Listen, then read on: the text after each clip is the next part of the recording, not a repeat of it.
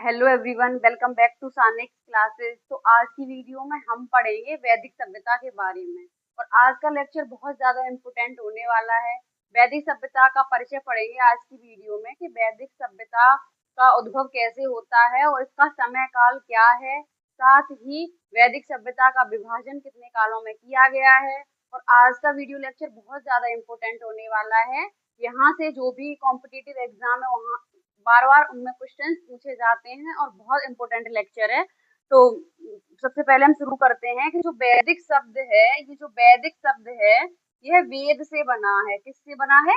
वेद से। और इसका अर्थ क्या होता है? ज्ञान। मतलब ये जो वैदिक शब्द है ना, ये वेद से बना है जिसका अर्थ क्या है? ज्ञान। और एक आर्य शब्द है कि जो वैदिक सभ्यता के लोग थे उनको आर्य कहते थे। तो इस आर्य शब्द का क्या अर्थ है? इस आर्य शब्द का अर्थ होता है श्रेष्ठ। क्या आर्य शब्द का अर्थ है? श्रेष्ठ। साथ में याद करने की कोशिश करेंगे और आपको साथ साथ नोट्स भी बना सकते हैं। तो आर्य शब्द का अर्थ होता है श्रेष्ठ, जो कि 1853 ईस्वी में प्रोफेसर मैक्स मूलर ने आर्य शब्द का प्रयोग सबसे पहले किन लोगों के लिए किया था? श्रेष्ठ लोगों के लिए किया था। और ये जो आर्य शब्द है ये संस्कृत भाषा का शब्द है। आर्य भाषा, आर्य शब्द कैसा है? संस्कृत भाषा का शब्द। अब कुछ विद्वानों ने ये जो आर्य थे इनके निवास स्थल को लेके मतलब मतभेद है इन लोगों में। इन विद्वानों ने आर्यों का निवास स्थल अलग अलग बताया है। और यहाँ से एग्जाम में क्वेश्चन भी बार बार पूछे जा रहे हैं, तो इसको हम याद कर लेते हैं। जो प्रोफेसर मैक्स मूलर हैं इन्होंने बताया कि जो आर्य हैं इनका मूल निवास स्थल मध्य एशिया था। यानी कि मैक्स मूलर ने बताया है कि आर्यों का जो निवास स्थल था वो कहाँ था? मध्य एशिया। और बाल गंगाधर तिलक ने उत्तरी ध्रुव बताया है कि जो आर्य थे वो उत्तरी ध्रुव से आए थे। और डॉक्टर अविनाश चंद्र बोस ने सप्त सैंधव वाला क्षेत्र जो है उसको आर्यों का निवास स्थल बताया है। दयानंद सरस्वती ने तिब्बत वाला क्षेत्र और गंगाधर झा ने ब्रह्मर्षि देश, प्रोफेसर गार्डन चाइल्ड ने दक्षिणी रूस बताया है। तो इस प्रकार से ये लिस्ट बहुत ज्यादा इंपॉर्टेंट है। किस विद्वान ने आर्यों का मूल निवास स्थल क्या क्या बताया है। इसके बाद देखिए जो वैदिक सभ्यता है हम इसको दो भागों में बांट कर पढ़ते हैं।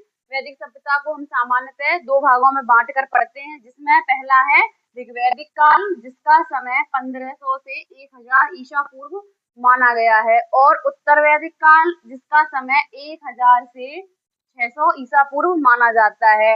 तो वैदिक सभ्यता को हम कितने कालों में बांटते हैं? दो कालों में, ऋग्वैदिक काल और दूसरा उत्तर वैदिक काल। अब ऋग्वैदिक काल के बारे में कुछ हम बेसिक जानकारी ले लेते हैं। अगली वीडियो लेक्चर में हम थोड़ा डिटेल में बात करेंगे। तो जो ऋग्वैदिक काल है इसमें सबसे पहले क्या होता है? ऋग्वेद की रचना की जाती है। तो ऋग्वेद की रचना कब होती है? ऋग्वैदिक काल में। और कब? लगभग 35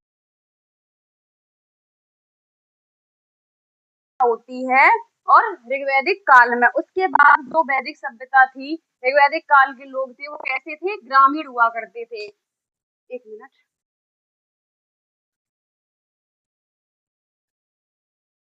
तो जो ऋग्वैदिक काल के लोग थे वह ग्रामीण हुआ करते थे। यहाँ के लोग पशुपालन वगैरह करते थे। जबकि हमने हड़प्पा सभ्यता के बारे में क्या पढ़ा था पिछली वीडियोज में कि हड़प्पा सभ्यता के लोग शहरी जीवन जीते थे, कृषि करना वहाँ का मुख्य व्यवसाय था, व्यापार वगैरह करते थे। लेकिन यहाँ के लोग ग्रामीण थे और पशुपालन वगैरह किया करते थे।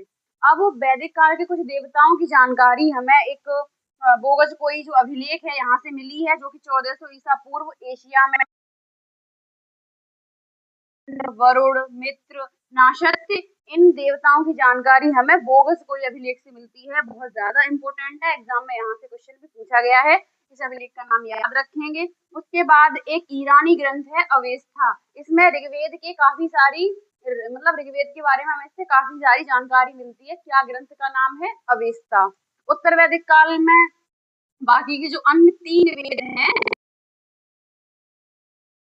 मतलब इनकी रचना की जाती है। देखिए वेद को याद रखने का एक ट्रिक मैंने बनाया था।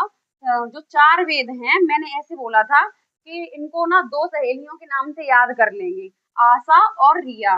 मतलब इसलिए था ये ताकि कुछ लोग वेद भूल जाते हैं कि कौन कौन से हैं। तो ऐसे याद कर लो, ऋ से ऋग्वेद और या से यजुर्वेद, आ से अथर्ववेद और सा से सामवेद। तो ऐसे करके ये 2 नाम याद रखो तो कंफ्यूजन नहीं होगा और गलत भी नहीं होगा। और क्या होता है उत्तर वैदिक काल में हमें अजंती खेड़ा से लोहे के कुछ साक्ष्य मिले हैं। इसीलिए देखिए यहाँ से हमें 1000 ईस्वी से लोहे के साक्ष्य मिलते हैं, इसीलिए हम इसको उत्तर वैदिक काल में रखकर पढ़ लेते हैं। और यहाँ पे जो मिट्टी के बर्तन थे वो कैसे थे, चित्रित धूसर मृद भांड। तो एग्जाम में क्वेश्चन पूछा जाएगा कि चित्रित धूसर मृद भांड कहाँ से मिले हैं, तो उत्तर वैदिक काल में। और इनका मुख्य केंद्र था वो मध्य देश हुआ करता था, मध्य देश बोला गया है, यहाँ पे उत्तर वैदिक काल के लोगों का निवास स्थल होता था। तो इस प्रकार से आज की वीडियो में हमने वैदिक सभ्यता से संबंधित जो भी कुछ बेसिक फैक्ट थे उनको कवर किया है, और यहाँ से एग्जाम में क्वेश्चन पूछे जाते हैं।